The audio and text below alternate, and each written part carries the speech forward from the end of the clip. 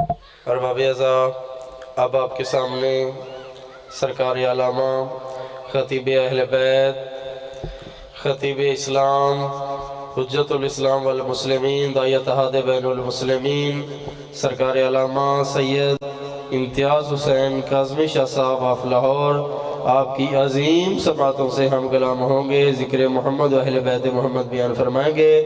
تمام مومنین سے التماس ہے اطمینان سے تشریف رکھیں۔ نعرہ تکبیر، نعرہ رسالت، کل ایمان، نعرہ حیدری، برائے تاجیل ظہور امام زمان علیہ السلام بلند تر صلوات۔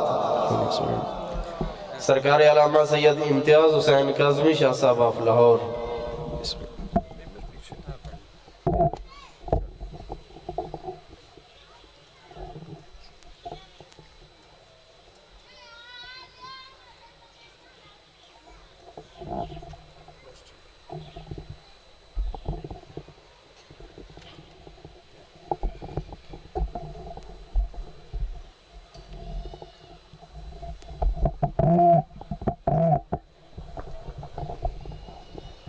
تھوڑا سا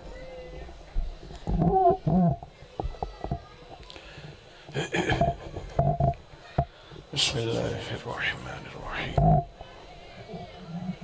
اللہم کل ولیک الحجت ابن الحسن صلواتک علیہ وعلا آبائہ فی هذه الساعة وفی کل ساعة ولجا حافظا وقائدا وناصرا ودليلا وعينا حتى تسكنه أرضك طوعا وتمتعه فيها طويلا برحمتك يا أرحم الراحمين۔ امیر المومنین کی ذات پہ مل کے باز بلند سلام۔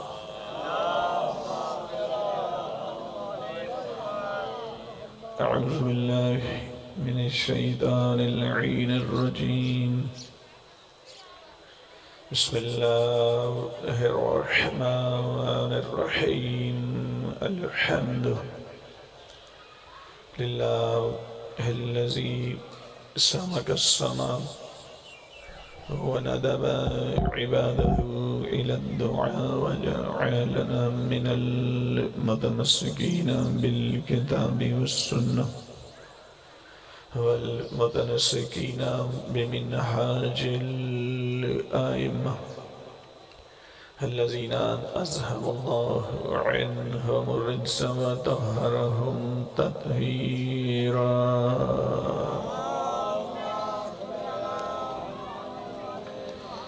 ثم الصلاة والسلام على رسوله المبعوث لهداية الأمم وتعاليم مكارم الأخلاق والشيم، ثم الصلاة والسلام على مصابيح الظلم ومفاتيح الكرم، ثم اللعنة على أعدائهم ملعونين أجمعين، أما بعد، بسم الله الرحمن الرحيم۔ ما أشهدتهم خلق السماوات والأرض ولا خلق أنفسهم، صلوات الله۔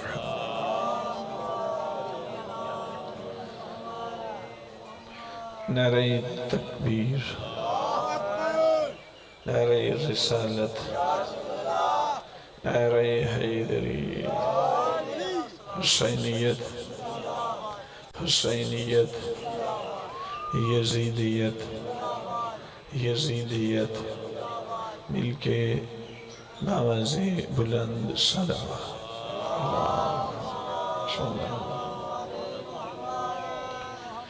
حمد و ثنا صلی اللہ رب العزت کی جو لائق حمد و ثنا ہے، اور درد و سلام ان ذوات مقدسہ پر جو لائق درد و سلام ہے، اور نفرت و لعنت ایسے لوگوں پر جو لائق نفرت و لعنت ہیں۔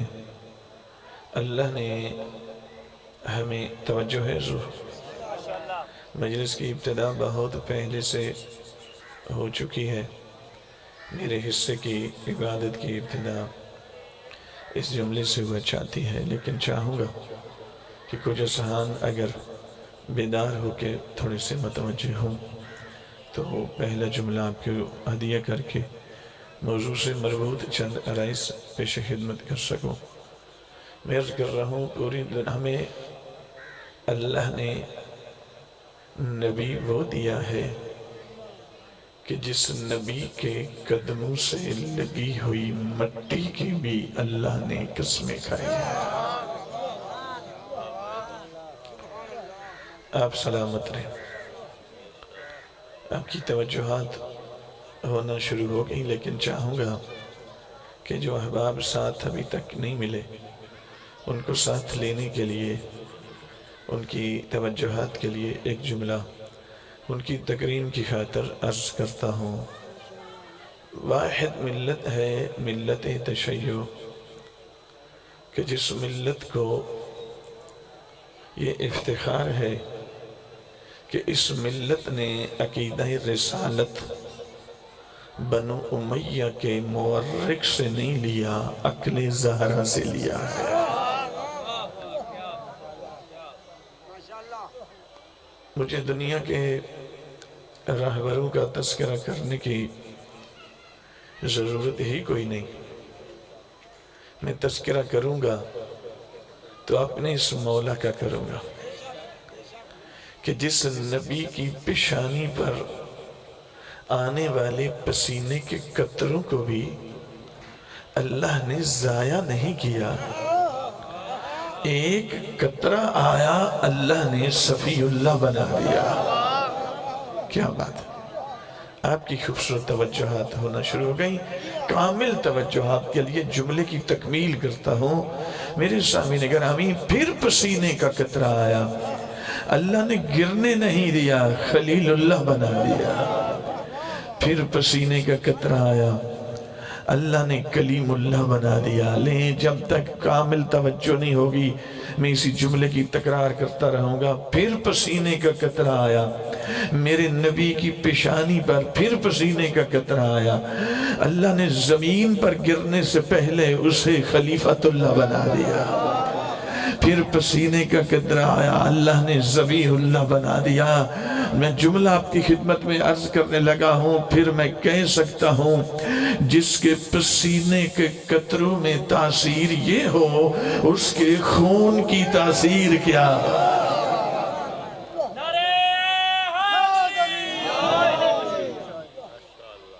میرے سامنے نگرامی، وہ مصطفیٰ جس کے پسینے سے صفی اللہ بنے، جس کے پسینے سے نجی اللہ بنے، جس کے پسینے سے روح اللہ بنے، جس کے پسینے سے خلیل اللہ بنے، جس کے پسینے کے ایک قطرے سے ذبیح اللہ بنے، جس کے پسینے سے کلیم اللہ بنے، جس کے پسینے سے صفی اللہ بنتا ہے، جب خون کی باری آئے تو پھر ولی اللہ بنتا ہے۔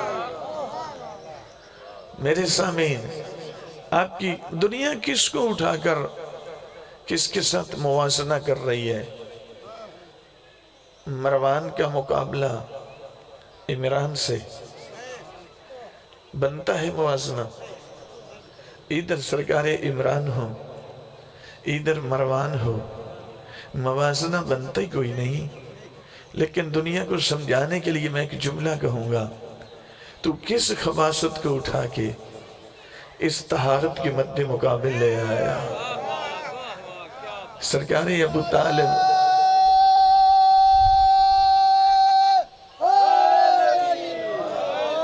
سرکار ابو طالب وہ ہستی ہیں جنہیں اللہ نے 12 بیٹے دیے ہیں۔ پہلا بیٹا آیا، دیکھا تو وَيُطَهِّرَكُمْ تَطْهِيرًا، حسن وَيُطَهِّرَكُمْ تَطْهِيرًا، حسین وَيُطَهِّرَكُمْ تَطْهِيرًا، سید سجاد وَيُطَهِّرَكُمْ تَطْهِيرًا، محمد باقر وَيُطَهِّرَكُمْ تَطْهِيرًا، جعفر صادق وَيُطَهِّرَكُمْ تَطْهِيرًا، سرکار قاسم وَيُطَهِّرَكُمْ تَطْهِيرًا، امام رضا ویطہرکم تطہیرا، امام تقی ویطہرکم تطہیرا، سرکار علی نقی ویطہرکم تطہیرا، سرکار عسکری ویطہرکم تطہیرا۔ جملے کی سمجھ آئے تو میرے ساتھ بولنا، سرکار حجت دوران ویطہرکم تطہیرا۔ تو پھر میں کہہ سکتا ہوں جس کی ساری نسل خبیث ہو اسے مروان کہتے ہیں، جس کی ساری آیت تطہیر ہو اسے عمران کہتے ہیں۔ تو کس کو اٹھا کر، تو کس کے مد مقابل لے کے آ رہا ہے؟ مجلس میں پڑھ رہا ہوں تو دیکھیں آپ ادھر ایک صلوات بھیجیں امیر المومنین کے۔ میں بالکل موضوع شروع کرنے لگا ہوں۔ میرے سامعین گرامی، رسالت سمجھ میں آ جائے تو پھر ولایت سمجھ میں آتی ہے۔ کوئی موضوع بھی شروع کرے تو اس موضوع کی تنقیح پہلے ضروری ہے۔ تنقیح موضوع کرنے کے بغیر اگر شروع کریں تو خود بھی الجھتے جائیں گے اور آپ کا تو پھر قصور ہی کوئی نہیں۔ سامعین، ایک منصب ہے، ایک رتبہ ہے۔ پریشان ہو گئے آپ؟ چلے میں اس کو بدلتا ہوں۔ ایک امامت ہے، ایک ولایت ہے۔ امامت ایک منصب ہے، ولایت ایک رتبہ ہے۔ منصب اور ہوتا ہے، رتبہ اور ہوتا ہے۔ اللہ صاحب منصب نہیں ہے، اللہ صاحب رتبہ ہے۔ پورے قرآن میں اپنے آپ کو ایک جگہ پہ بھی اللہ نے امام نہیں کہا، اپنے آپ کو ولی ضرور کہا ہے۔ پورے قرآن میں اللہ نے اپنے آپ کو نبی نہیں کہا، اپنے آپ کو ولی ضرور کہا ہے۔ کیوں؟ نبوت بھی ایک منصب ہے، امامت بھی ایک منصب ہے، پر ولایت ایک رتبہ ہے۔ منصب پر آنا مخلوق کا وصف خالق کا نہیں۔ اللہ صاحب منصب نہیں، صاحب رتبہ ہے۔ آپ کی خوبصورت توجہات کو سلام۔ خوبصورت انداز میں 2 سے 2.5-3 منٹ مجھے چاہیے، تھوڑی سی میں بنیاد بن جائے تو پھر آگے بڑھیں گے۔ میرے سامعین گرامی، منصب پر آنے کے لیے میرٹ اور ہے، رتبے پہ آنے کا معیار اور ہے۔ منصب پر آنے کے لیے طہارت شرط ہے۔ طہارت پھر 3 قسم کی ہوتی ہے۔ ایک طہارت نسبی ہے، ایک طہارت فقہی ہے، ایک طہارت وجودی ہے۔ ساری زندگی بندہ حالت وضو میں گزار دے، وہ صاحب تقویٰ تو ہو سکتا ہے، صاحب ولایت نہیں ہو سکتا۔ آپ کی خوبصورت توجہات ہو گئی۔ منصب پر آنے کے لیے ذہن میں رکھنا، طہارت شرط ہے، پر کون سی طہارت؟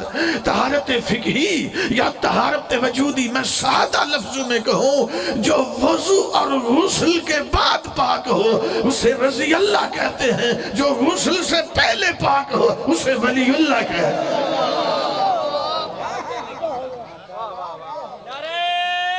اس پر آنے کے لیے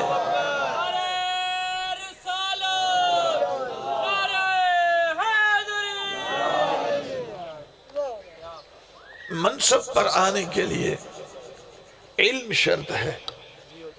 علم پھر 8 قسم کا ہے۔ علم بالقوہ بھی ہے، علم بالفعل بھی ہے، علم حصولی بھی ہے، علم حضوری بھی ہے، علم بالاحکام بھی ہے، علم بالموضوعات۔ پریشان نہ ہوں، ڈیفائن نہیں کروں گا، صرف تعارف کروا رہا ہوں، اس لیے کہ ولی کسی اس کو نہیں ماننا جس نے صحیح استنجا بھی نہیں سیکھا۔ وہ سادھو تو ہو سکتا ہے، ولی اللہ نہیں ہو سکتا۔ اس پر آنے کا معیار ہی اللہ نے بڑا کمال کا رکھا ہے۔ غسل کر کے بندہ پاک ہو سکتا ہے، ولی نہیں بن سکتا۔ وضو کے بعد تیمم، یہ طہارت فقہی ہے۔ طہارت فقہی ولایت کا میرٹ نہیں ہے، پاکیزگی کا میرٹ ہے۔ طہارت فقہی اس کے لیے درکار نہیں ہے، اس کے لیے طہارت وجودی چاہیے میرے صاحب گرامی، اس کے لیے علم شرط ہے۔ تو کون سا علم چاہیے؟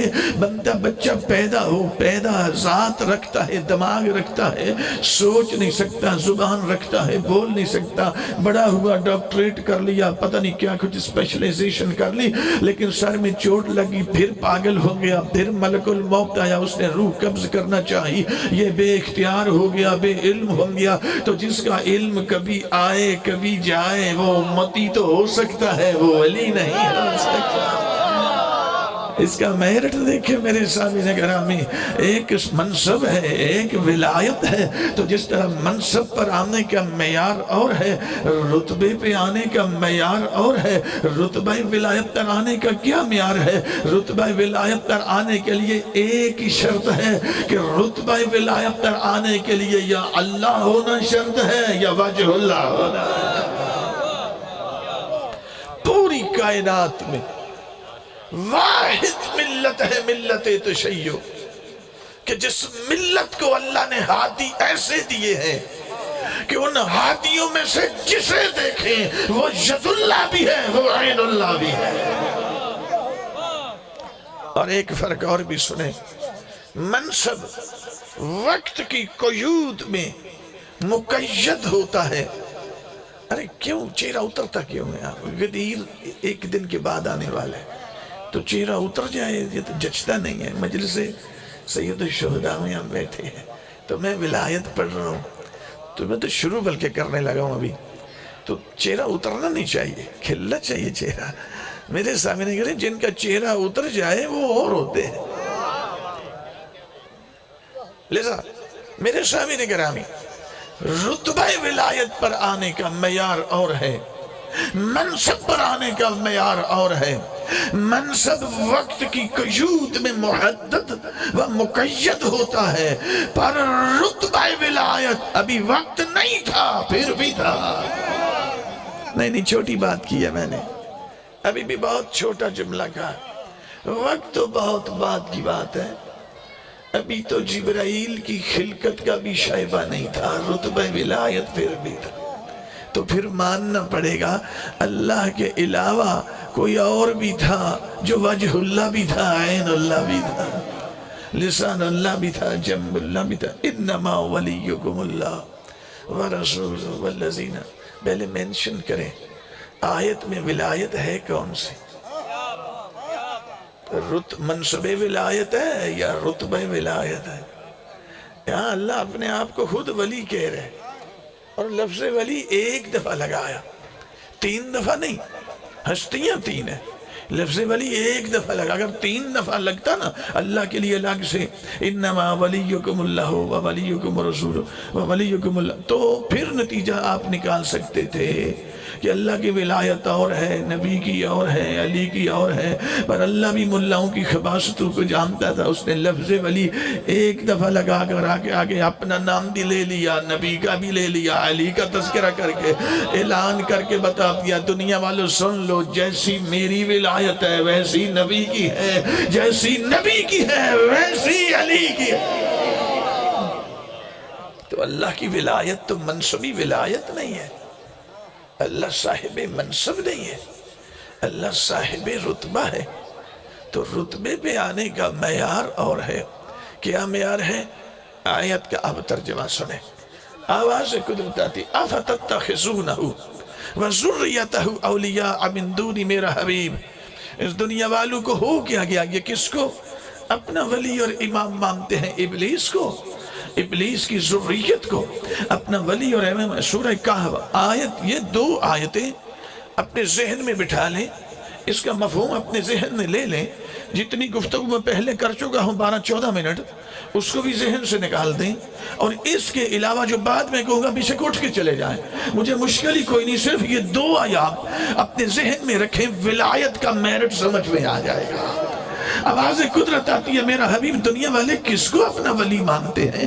ابلیس کو اور ابلیس کی ذریت اور ابلیس کی اولاد کو اپنا ولی اور امام مانتے ہیں۔ ما اشہدتہم خلق السماوات والارض، حبیب دنیا والے جس کو ولی مانتے ہیں یہ ولی بن کیسے گئے؟ میں نے تو جب آسمانوں کو خلق کیا تھا تو آسمانوں کی خلقت پر انہیں گواہی نہیں بنایا تو ولی کیسے بن گئے؟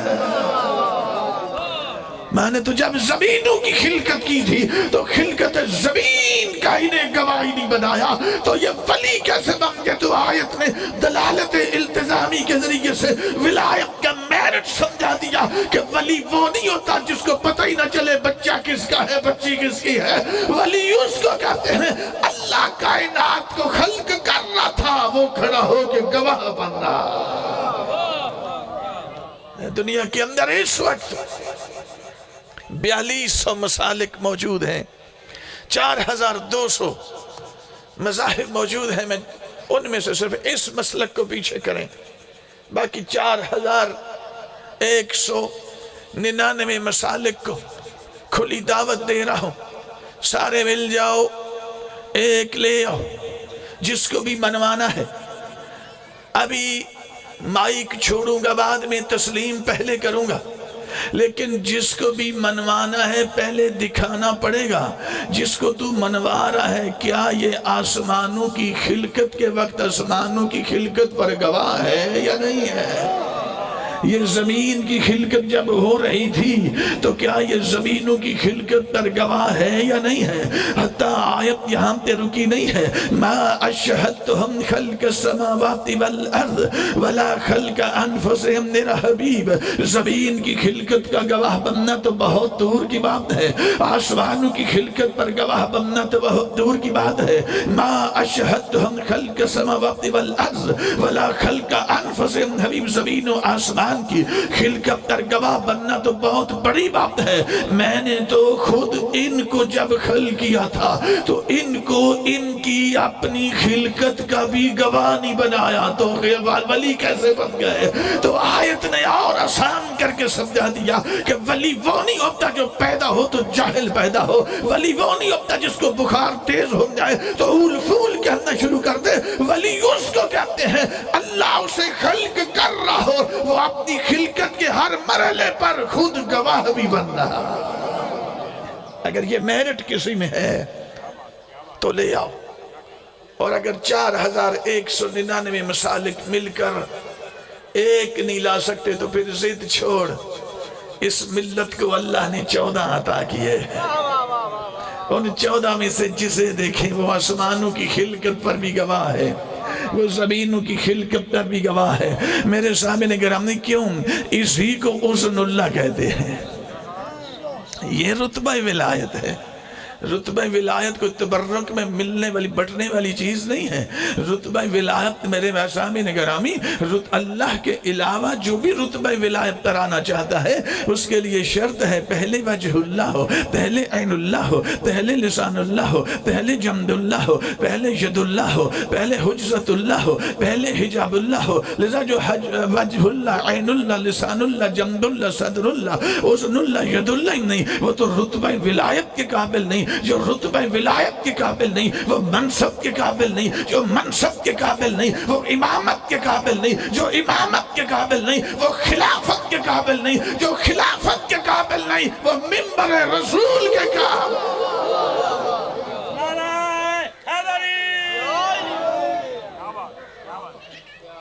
جس کو بھی منوانا ہے لے آئیں، دکھا دیں پہلے یہ ید اللہ ہے یا نہیں، یہ وجہ اللہ ہے یا نہیں، یہ لسان اللہ ہے یا نہیں۔ ظاہر ہے یہ بہت بڑے عناوین ہے۔ میرے سامنے گرامی آگے بڑھیں، اللہ نے میں نے ساری خصوصیات کے متعلق ایک آیت پڑھی ہے، ما اشہدتہم خلق السماوات والارض۔ میرا حبیب دنیا والے کس کو اپنا ولی اور امام مانتے ہیں؟ یہ ولی بن کیسے گئے؟ نہ زمین کی خلقت پر گواہ، نہ اپنی خلقت پر گواہ، نہ آسمانوں کی خلقت کے گواہ، تو ولی کیسے بن گئے؟ اللہ نے ولایت کا میرٹ بڑا آسان کر کے سمجھا دیا کہ ولی وہ نہیں ہوتا جو 40 سال کے بعد آپریشن کروا کے منصب پہ آئے، ولی اس کو کہتے ہیں جبرائیل خلق ہو رہا تھا، وہ جبرائیل کی خلقت پہ بھی گواہ بن رہا۔ سرکار محمد بن حدیث سنیں اس آیت کی تفسیر میں، تاکہ تفسیر میں رائے کا بھی شائبہ نہ رہے۔ سرکار محمد بن سنان یہ جانتے ہیں بہت بڑی شخصیت ہے، 4 ائمہ کے صحابی ہیں، اور انہی 4 ائمہ کے صحابی نہیں ان کے ناصر بھی ہیں۔ امام موسیٰ کاظم علیہ السلام سے کہنے لگے، عرض کی مولا دعا فرمائے اللہ مجھے اتنی زندگی دے کہ جیسے آپ کی نصرت کر رہا ہوں آپ کے بعد آنے والے آپ کے بیٹے امام کی بھی نصرت کر سکوں۔ فرمایا تیرے کہنے سے پہلے ہم نے کر دی ہے، تو ہمارے بیٹے کا بھی ناصر ہے، آگے ان کے بیٹے کا بھی ناصر ہے، آگے ان کے بیٹے کا بھی ناصر ہے۔ امام علی نقی علیہ السلام کا دور ہے، سرکار علی نقی علیہ السلام کی بارگاہ میں حاضر ہوئے۔ محمد بن سنان ذہن میں رکھنا کوئی چھوٹا بندہ نہیں ہے، جب سرکار ولی العصر کا ظہور ہوگا تو یہی محمد بن سنان ہوں گے۔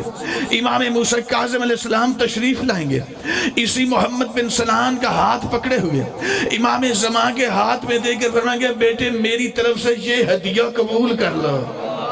یہ محمد بن سنان اس درجے کی شخصیت ہے۔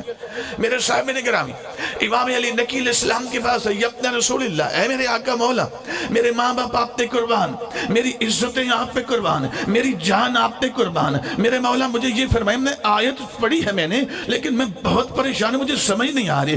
ایک طرف اللہ کہتا ہے اللہ بھی ولی ہے، نبی بھی ولی ہے، علی بھی ولی ہے، اس آیت میں اللہ کہتا ہے زمین دنیا والے جس کو ولی مانتے ہیں یہ ولی کیسے بن گئے؟ نہ یہ آسمان کی خلقت پر گواہ، نہ یہ زمین کی خلقت کے گواہ، نہ یہ اپنی خلقت کے گواہ، تو مولا یہ کیا معاملہ مجھے سمجھ نہیں آ رہی۔ میرے علی مولا نے بہت لمبی حدیث ان کو تعلیم فرمائی لیکن یہاں میں اس کے 1.5 سے 2 جملے بیان کروں گا۔ امام علی نقی علیہ السلام فرماتے سن ان اللہ تبارک و تعالی لم یزل واحدا احدا صمدا متفردا، اللہ واحد تھا، احد تھا، صمد تھا، متفرد تھا، ثم خلق اللہ محمدا و علی و فاطمہ والحسن والحسین، پھر اللہ نے میرے نانا کے نور کو کھل کر دیا، میرے دادا علی کے نور کو کھل کر دیا، میری دادی زہرا کے نور کو کھل کر دیا، میرے دادا حسن حسین کے نور کو کھل کر دیا، میرے دادا حسین کے نور سے ہم 9 آئمہ کے نور کو کھل کر دیا۔ فرمایا فَمَّكَسُوا أَلْفَ دَهْرٍ، 1000 سال نہیں 1000 زمانہ گزر گیا، وہ بندگی کراتا رہا ہم کرتے رہے، وہ سجدے کراتا رہا ہم کرتے رہے، وہ مسجود تھا ہم ساجد تھے، وہ معبود تھا ہم عابد تھے، ہم اس کی بندگی کرتے رہے۔ 1000 زمانے کے بعد ثم خلق اللہ الخلق جمیعا، پھر اللہ نے عرش کو حل کیا، لوح کو حل کیا، قلم کو حل کیا، جنت کو حل کیا، جہنم کے وجود بخشا، آدم کو صفی اللہ بنایا، نوح کو نجی اللہ بنایا، ابراہیم کو خلیل اللہ بنایا، عیسیٰ کو روح اللہ بنایا، پھر اللہ نے زمین و آسمان کو حل کر دیا۔ اللہ نے فَأَشْهَدَ خلقها تحت الثرى سے لے کے عرش اولا تک، آدم صفی اللہ سے لے کے جبرائیل کی خلقت تک، کائنات کی ہر چیز کی خلقت پر ہم 14 کو اللہ نے گواہ بنا لیا۔ اگر یہ میرٹ کسی میں، یہ میرٹ اگر کسی میں ہے تو میں تو پلک جھپکنے سے پہلے اسے اپنا ہادی اپنا امام تسلیم کروں گا، اور اگر کسی کے پاس ایک بھی نہیں تو پھر اس ملت کو اللہ نے پورے 14 عطا کیے ہیں۔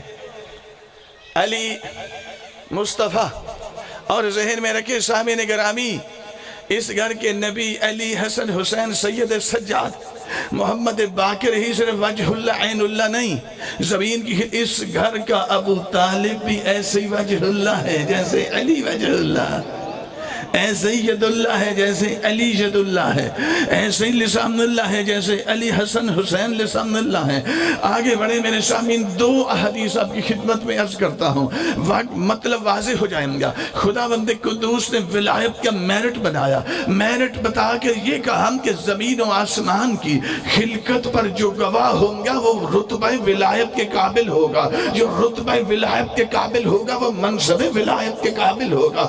امام رضا علیہ السلام خراسان کے اندر موجود ہیں، مدینہ میں دو مومن آپس میں مسجد نبی میں بیٹھے ہوئے ایک دوسرے سے گفتگو کرتے ہیں. ایک ہفتہ عرصہ ہوا ہمارے مولا مدینہ چھوڑ کر خراسان چلے گئے. اگر تو میرا ساتھ دے توافق کرے تو ہم دونوں مل کر سخت سفر باندھتے ہیں اور امام کی زیارت کے لیے مدینہ سے خراسان چلتے ہیں. اس نے توافق کیا. دن طے ہو گیا, وقت کا تعین, جگہ کا تعین ہو گیا. وہ اٹھ کر اپنے گھر یہ اپنے گھر چلا گیا. رکھتے سفر باندھا, مقرر وقت پہ مقرر دن پہ یہ مقرر جگہ سے چل پڑے. ہزاروں میلوں کا سفر طے کرتے کرتے خراسان نے امام رضا علیہ السلام کی بارگاہ میں حاضر ہوئے. یبنا رسول اللہ, امام کی دست بوسی کی, قدم دوسی کی. نماز قدم دوسی کرنے کے بعد اس کے بعد امام فرماتے ہیں کہ سنیں, نماز ظہرین کا وقت ہو چکا ہے, آؤ ہمارے ساتھ تم بھی امدا کرو. نماز ظہر کے لیے ان دونوں نے اپنی طہارت کا انتظام کیا.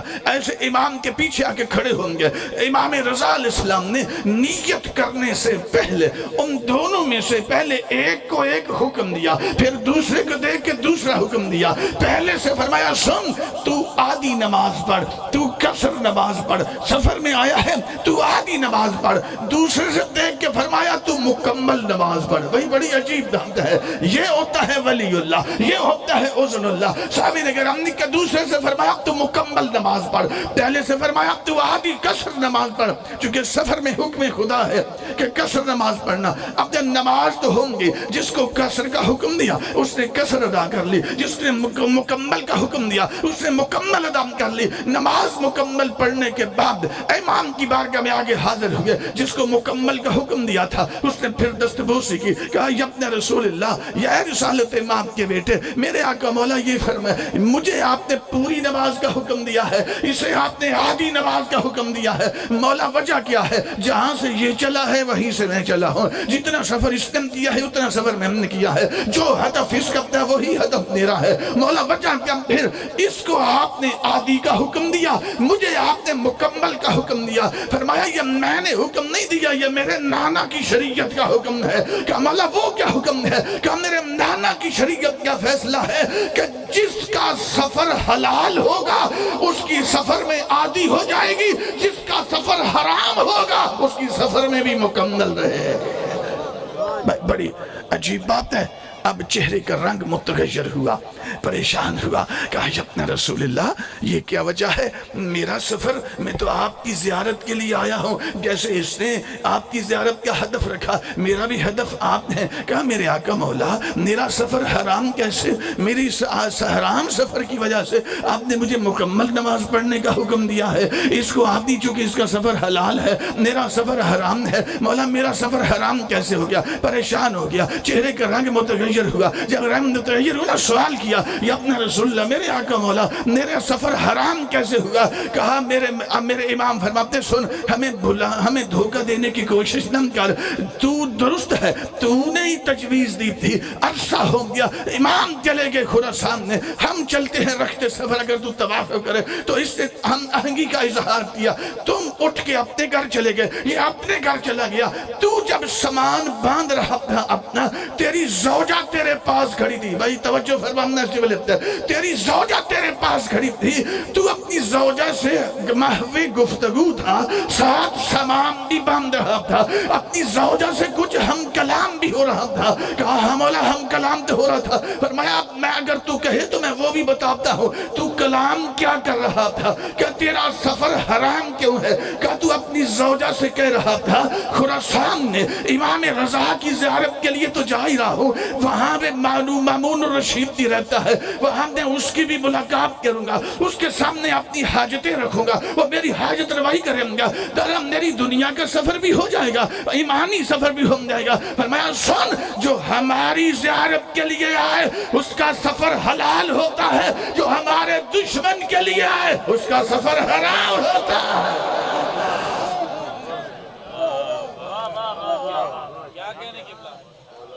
تو ہمیں بلانے کی کوشش نہ کر. اب سمجھ آئی اللہ نے کس کو میرے اور آپ کے اعمال پہ بھی گواہ بنایا ہے.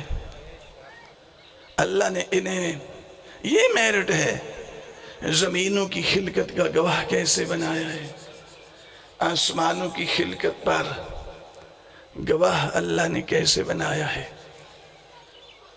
گواہ وہ نہیں ہوگا جو آنکھیں بند کرے تو دکھنا ہی بند ہو جائے، جو سو جائے تو اس قدر غافل ہو جائے کہ طہارت ہی ختم ہو جائے، جس کے سر میں چوٹ لگے تو پاگل ہو جائے، ایدہ ولایت نل کی تل لگے۔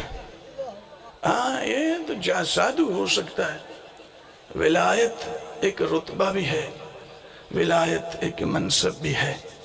آئیں آگے بڑھیں میرے سامعین، اسے جو بیٹھا خراسان میں ہو پر مدینہ والوں کے دلوں کے رازوں سے واقف ہو، اسے ولی اللہ بھی کہتے ہیں، اسے اذن اللہ بھی کہتے ہیں۔ ایک روایت اور سنیں، گفتگو تمام ہوگی، معافی چاہتا ہوں۔ یہ جتنا وقت دیا گیا اسی کے اندر رہوں گا انشاءاللہ۔ امام حسین علیہ السلام، ان میں سے جسے دیکھے نا وہی ایسے ہیں۔ جہاں کربلا میں مصائب کی انتہا ہے وہاں فضائل کی بھی انتہا۔ یا سید سجاد سے وداع کرنے آئے نا خیمے میں، تو میرے مولا نے سید سجاد کی کمر میں باہیں ڈالی، کھڑا کر کے ایسے اپنے سینے سے لگا لیا۔ سید سجاد نے ایک جملہ کہا، یا عبدا مالی اراکا تقتل واحدہ وتترک عشرہ۔ بابا جان وجہ کیا تھی؟ میں دیکھ رہا تھا، بڑی عجیب روایت ہے، میں دیکھ رہا تھا آپ جب ان اشقیاء پہ حملہ کر رہے تھے تو آپ 10 کو چھوڑ دیتے تھے، ایک کو مارتے تھے، پھر 10 کو چھوڑ رہے تھے، پھر ایک کو مار۔ عجیب بات ہے نا، تھے خیمے کے اندر پر میں دیکھ رہا تھا بیماری کا غلبہ پر میں دیکھ رہا تھا، تھی آنکھیں بند پر میں دیکھ رہا تھا۔ بھئی عجیب بات ہے میرے سامعین، میں دیکھ رہا تھا۔ اچھا، امام حسین علیہ السلام نے بھی آگے سے یہ نہیں فرمایا بیٹے آپ نے کیسے دیکھا، آپ تو خیمے کے اندر تھے، آپ نے کیسے دیکھ لیا، آپ کی تو آنکھیں بند تھیں نا۔ سید الشہداء نے بھی تائید میں فرمایا، ہاں میرا لال جو آپ نے دیکھا صحیح دیکھا، میں 10 کو چھوڑتا تھا، ایک کو مارتا تھا، پھر 10 کو چھوڑتا تھا، پھر ایک کو مارتا تھا۔ بیٹا تجھے پتا ہونا چاہیے جو تلوار کل میرے بابا کے ہاتھ میں تھی وہی ذوالفقار آج تیرے بابا کے ہاتھ میں ہے۔ بیٹا درست ہے جن 10 کو میں چھوڑتا جا رہا تھا وہ بھی مجھے زخمی کر رہے تھے، مجھ پہ حملے کر رہے تھے، لیکن بیٹے میں کروں کیا؟ میں جیسے ہی تلوار اٹھاتا تھا کسی کی 50ویں پشت میں کوئی شیعہ بیٹھا نظر آتا تھا، کسی کی 20ویں پشت میں کوئی مومن بیٹھا نظر آتا تھا۔ بیٹا میں زخمی ہونا تو گوارا کر سکتا ہوں، لیکن 1000 سال کے بعد بھی اپنے ایک آنے والے شیعہ کے وجود کو مٹانا گوارا نہیں کر سکتا۔ تو اب سمجھ آئی ولی اس کو نہیں کہتے جس کو عدت اور نفاس کے مسائل کی سمجھ نہ آئے تو جا کے زوجہ سے حل کر آتا پھرے۔ ولی اس کو کہتے ہیں جو میدان جنگ میں بھی ہو، ہزاروں یا لاکھوں افراد جس کے سامنے ہو، ان تمام افراد کی نسلوں میں سے آنے والے ہر فرد کو جانتا ہو کہ ان کی نسلوں سے آنے والوں میں حلالی کون ہے، حرامی کون ہے۔ اگر کسی کے پاس ایسا ہے تو لے آئے۔ اپنے وقت کے امام کی نصرت کے ساتھ مجلسیں ذہنی تعیش کا ذریعہ نہیں، مجلسیں ریاکاری کا ذریعہ نہیں، مجلسیں وقت کے امام کے ساتھ تجدید بیعت کرنے کا ذریعہ ہے، متعہد ہونے کا ذریعہ ہے۔ مجلس سید الشہداء میں اس نیت سے آئیں کہ میرے مولا جیسے جون نے کربلا میں آپ کی نصرت فرمائی، مجھے توفیق ملے میں وقت کے امام حجت خدا کی نصرت کرنے کے قابل ہو سکا۔ لیکن وہ بندہ جو اپنی خواہش کو، اپنے نفس کو کی لذت کو چند لمحوں کے لیے چھوڑ نہیں سکتا، نصرت امام کے لیے۔ اس کا مطلب یہ ہے اب قربانیوں کا رستہ، ابتلاء کا رستہ۔ امام زمان کی سپاہ میں جانے کا میرٹ ہے، صرف دعا کرنا نہیں ہے۔ معیار اہل بیت نے، معصومین نے بتایا، حجت خدا کی سپاہ میں جانے کے لیے کھلی چھٹی نہیں ہے۔ 313 میں جانا ہو تو میرٹ اور ہے، نچلی سپاہ میں جانا ہو تو معیار اور ہے۔ 313 میں جانے کے لیے میرٹ سخت ہے۔ وہ بندہ جائے گا جس کی زندگی کی باقی شرطوں کے ساتھ ایک شرط یہ ہو، اس کا ایمان کامل و سالم ہو، ناقص ایمان والا نماز تہجد کیا اس سے بھی کوئی بڑا عمل کر جائے وہ قابل قبول ہی نہیں ہے۔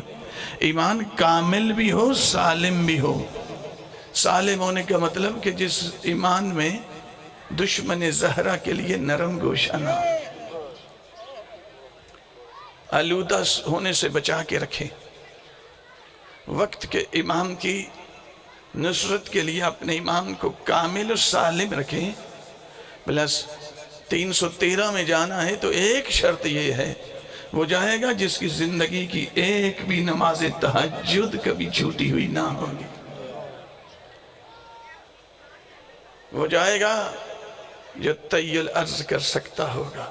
313 کی بات کر رہا ہوں، مایوس نہیں ہونا، نچلی سپاہ کی بات نہیں کر رہا۔ 313 میرٹ سٹف ہے۔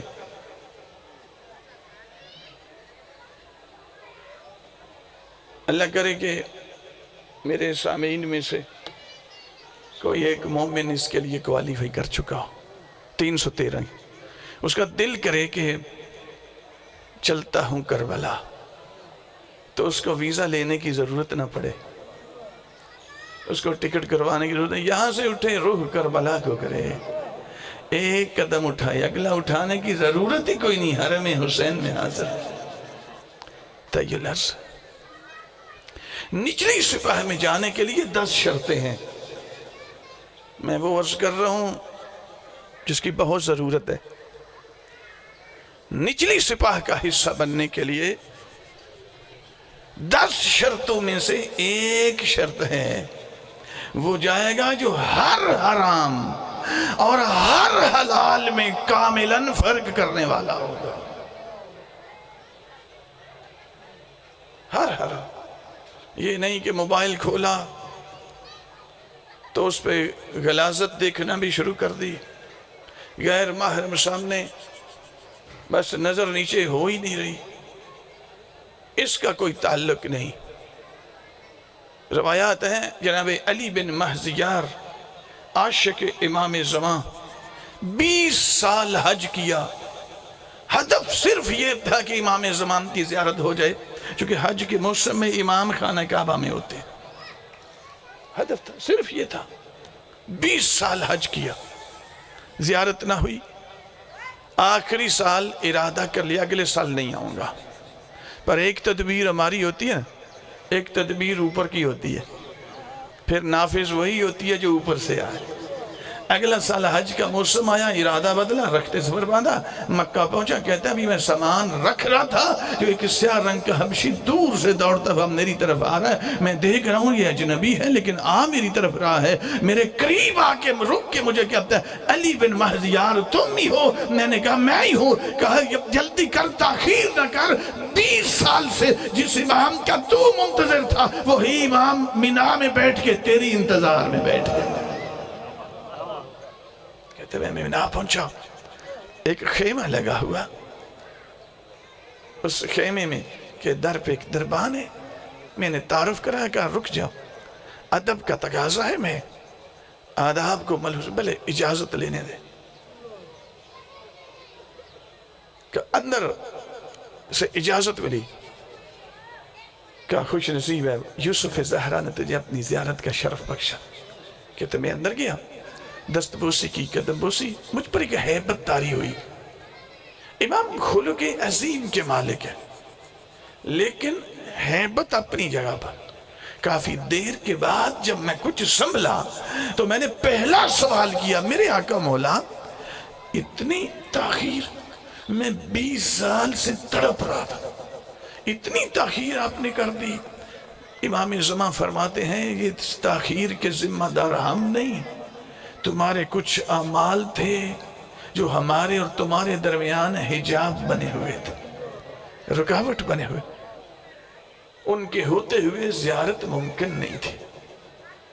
تم پچھلے سال گئے، تم نے استغفار توبہ اتنی کی، تمہاری توبہ کی وجہ سے وہ حجابات ہٹ گئے، حجابات ہٹے، ہم نے تمہیں فوراً اپنی زیارت کا شرف بخشا۔ کیا مولا کوئی اشارہ فرمائے؟ امام فرماتے ہیں فلاں سال تھا، فلاں دن تھا، تو اپنے گھر کے صحن میں کھڑا، تیرے دروازے پہ دستک ہوئی، تو نے دروازہ کھولا، ایک تیری رشتہ دار خاتون تھی تیرے لیے غیر محرم، لیکن تو نے ہاتھ بڑھا کر اس کے ساتھ مصافحہ کیا، نظروں کو اٹھا کے آلودہ کرتا رہا۔ فرمایا جو آنکھیں حرام و حلال میں تمیز ختم کر بیٹھے وہ امام کی زیارت کے قابل نہیں رہتی، جو ہاتھ حلال و حرام میں خلط ہو جائے کر بیٹھے وہ امام کے ہاتھ میں آنے کے قابل نہیں ہے۔ 20 سال اس ایک جرم کی وجہ سے وقت کے امام نے پیچھے دھکیل دیا۔ اپنا محاسبہ کریں، وقت کے امام کے ساتھ متعہد ہوں۔ کھلی چھٹی کوئی نہیں، اگر کھلی چھٹی ہونا سے ہوتی نا نصرت تو 1000 سال پہلے ظہور ہو جاتا، نہ اس میرٹ پہ پورا اترے۔ ہماری بچیاں، ہماری بیٹیاں گھر سے مجلس سننے کے لیے آتی ہیں، اگر بے حجاب ہو کے نکل رہی ہیں تو یہ تو فاصلہ بڑھا رہی ہیں اپنا۔ اگر با حجاب ہے تو میرے 5ویں امام فرماتے ہیں ہمارے قائم کے ظہور پر سب سے پہلے پردہ دار مومنہ مستورات، مردوں کی نسبت سے بھی سب سے پہلے مستورات مدد کریں گے۔ کربلا میں ایسے ہوا، کربلا میں ایسی خواتین موجود ہیں بنو ہاشم کے علاوہ، کہ واقعاً ناصرہ امام حسین، اور 313 میں 48 سے 52 تک مستورات۔ 2 جملے صرف سنیں گے آپ، میں گفتگو ختم کرنے لگا ہوں۔ عزاداران جناب سیدہ، جب حلال و حرام میں تمیز مٹ جائے نا، بوجھ بننے لگے، تو پھر ذرا تنہائی میں بیٹھ کر ذرا اپنے کسی کے گھر کی دیوار کے اندر جھانکنا بند کر، اپنے ضمیر کے اندر جھانکنا شروع کر۔ اپنے اندر جھانکے کون سے گناہ ہوئے ہیں، یہ تمیز مجھ میں مٹتی جا رہی ہے۔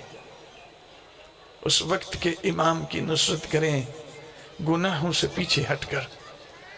عادت بن گئی ہے گناہ کرنا تو ایک چھوٹا سا نسخہ لے لیں، حالت وضو میں رہنا شروع کریں۔ یہ وضو وہ نعمت ہے جو تمہیں گناہ کرنے سے پہلے گناہ سے پیچھے ہٹا دے گا۔ طہارت کریں، حالت طہارت میں رہیں۔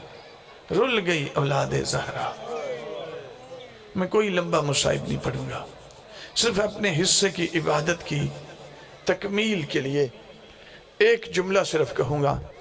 عزاداران جناب سیدہ، رل گئی اولاد زہرا،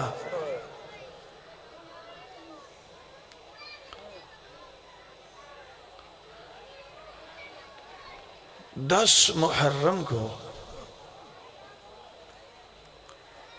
علی کی بیٹی جب عباس زین سے اتر گئے تو سجاد کے خیمے میں آئی۔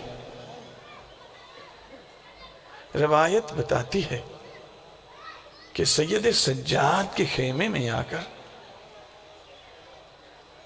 عالیہ سلام اللہ بیٹھ گئے۔ چند لمحوں کے بعد سید سجاد کہنے لگے پھپھو جان مجھے سہارا دیں، میں بابا کا استقبال کروں. میرے بابا خیمے کے اندر آ رہے ہیں. بس بھئی میں چھوڑنے لگا ہوں. صرف آدھا جملہ کہوں گا مصاحب، صرف اس لیے کہ مجلس میرے حصے کی مکمل ہو جائے. صرف آدھا جملہ کہوں گا.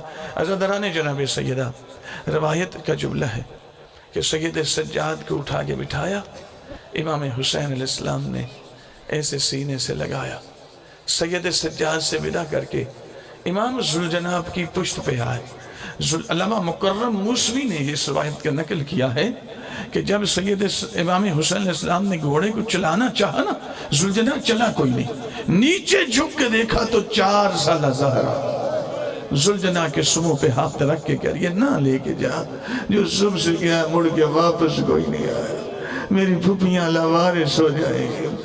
امام حسین علامہ لکھتے ہیں امام حسین علیہ السلام زین سے نیچے آئے، 4 سالہ زہرا کو اٹھا کے اپنے سینے سے لگایا اور دیکھتے کیا ہے کہ بیٹی کے آنکھوں میں سے آنسو نکل کر رخساروں پہ بہ رہے ہیں.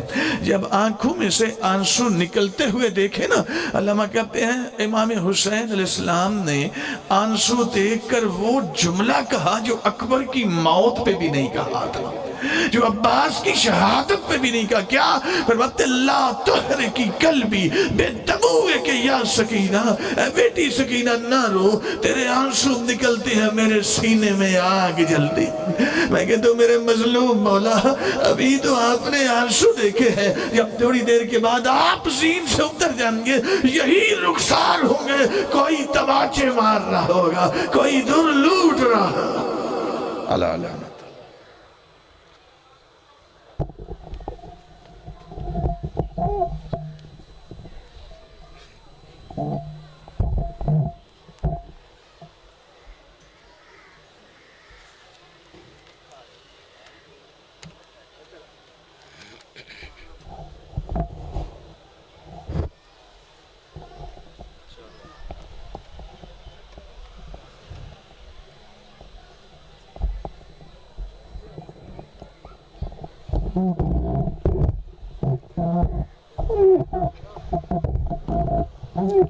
بر محمد و اہل بیت محمد بلندتر صلوات.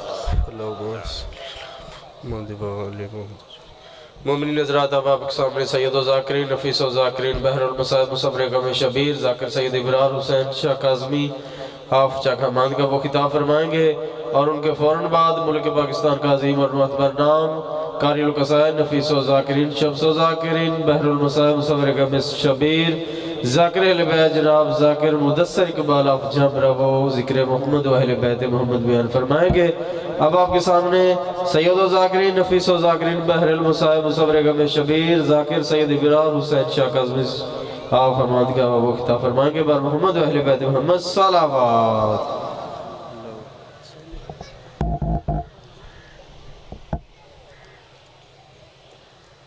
دعائے ظہور امام زمانہ علیہ السلام. بسم اللہ الرحمن الرحیم.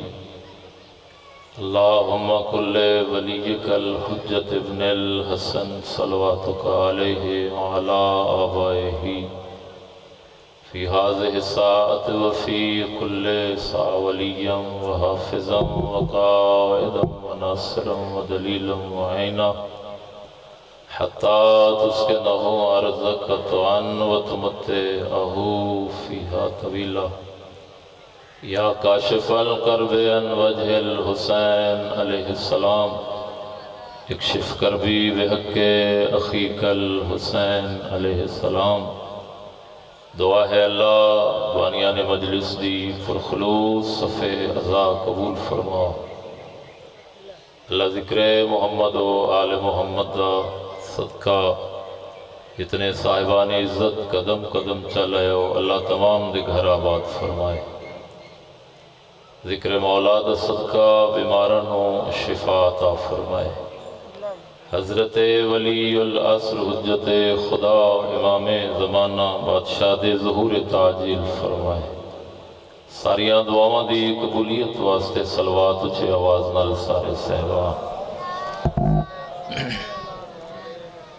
صلوات دا پڑھنا عظیم عبادت ہے، اچھے آواز نال صلوات.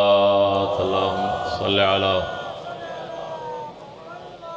نعرہ تکبیر، نعرہ رسالت، سارے بولو نعرہ حیدری، حسینیت، یزیدیت، آل محمد ہر دشمن تے لعنت، مل کے بآواز بلند صلوات۔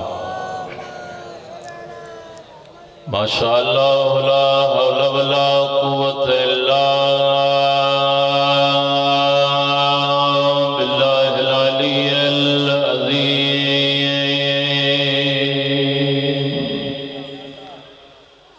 بسم اللہ الرحمن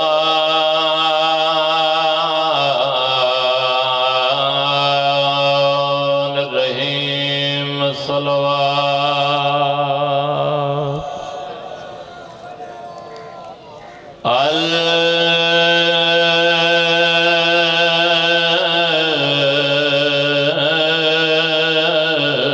الحمد للہ رب العالمین والعاقبۃ للمتقین والجنات للمؤمنین، صلوات۔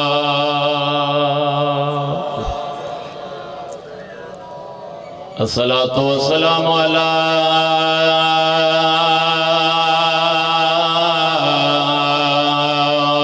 حسن المعصوم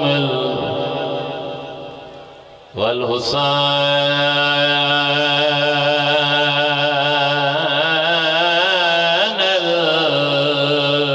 الغريب، غريب الشام بأرض کربلا، یوم عاشوراء، بے وارث تھی کہ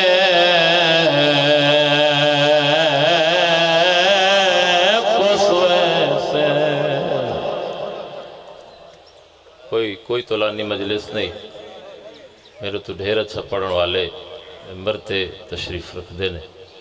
حاضری کیڑے ویلے دوائن جدہ کربلا دغریب سارے جوان مرا بیٹھا، پتران دے جنازے چاہ بیٹھا ہے، مہمان مرا بیٹھا ہے، اکلا بیٹھا ہے، کربلا جگر امرت غازی ٹردہ یا حسین دے قدمات ہاتھ لا کے آدھا ہے، بے وارث